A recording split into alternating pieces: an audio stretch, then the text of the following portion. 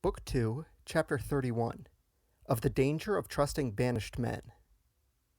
The danger of trusting those who are in exile from their own country, being one to which the rulers of states are often exposed, may, I think, be fitly considered in these discourses,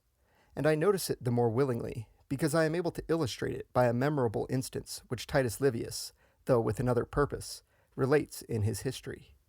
When Alexander the Great passed with his army into Asia, his brother-in-law and uncle, Alexander of Epirus, came with another army into Italy, being invited thither by the banished Lucanians, who gave him to believe that, with their aid, he might get possession of the whole of that country. But when, confiding in the promises of these exiles, and fed by the hopes they held out to him, he came into Italy, they put him to death, their fellow citizens having offered to restore them to their country upon this condition. It behooves us, therefore, to remember how empty are the promises, and how doubtful the faith of men in banishment from their native land. For as to their faith, it may be assumed that whenever they can effect their return, by other means than yours, notwithstanding any covenants they may have made with you, they will throw you over and take part with their countrymen. And as for the empty promises and delusive hopes which they set before you,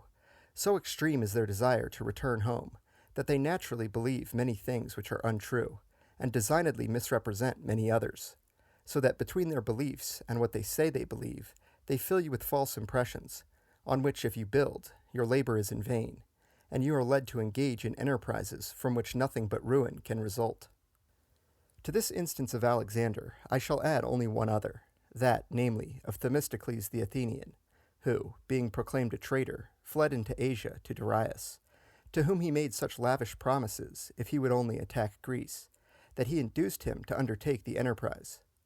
But afterwards, when he could not fulfill what he had promised, either from shame or through fear of punishment, he poisoned himself. But if such a mistake as this was made by a man like Themistocles, we may reckon that mistakes still greater will be made by those who, being of a feebler nature, suffer themselves to be more completely swayed by their feelings and wishes. Wherefore, let a prince be careful how he embarks in any enterprise on the representations of an exile, for, otherwise, he is likely either to be put to shame or to incur the gravest calamities.